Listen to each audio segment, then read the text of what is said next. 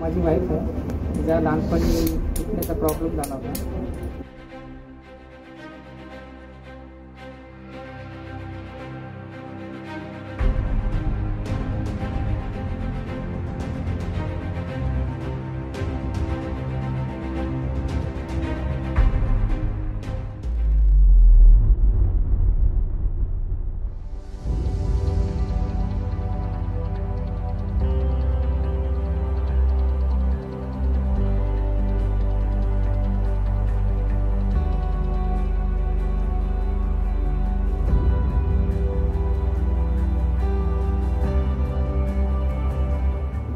प्रिया भारत सकट आहे.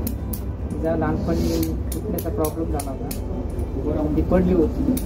तर आता तिला नीचं ऑपरेशन करायला लावलं होतं, नवीन प्लांट बसवायचं. तर राकेश सरांकडे आम्ही आलो, तिने हा प्लांट बसवला आणि सध्याला आता तिची पद्धत ठीक आहे.